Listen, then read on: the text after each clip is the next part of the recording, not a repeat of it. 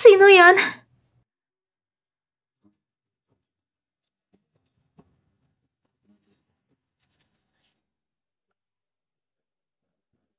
Jawaning, buksan mo ang pinto. Ako si Boss Shu.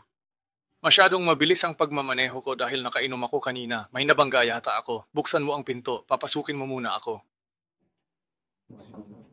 Boss Shu, may bata ako at tulog na siya. Isa po akong babae at hindi po ito angkop. Huwag kang mag-alala. Wala akong gagawin na masama sa'yo. Ang impeksyon lamang ang ikinatatakot ko. Nandito ako at ipinaliwanag ko na sa'yo. Ikaw ang magiging sekretarya ko sa loob ng 2 araw at dodoblehin ko ang iyong sahod. Sa ganitong paraan, hindi ba't mas mababawasan ang pinansyal na pasanin ng iyong bata?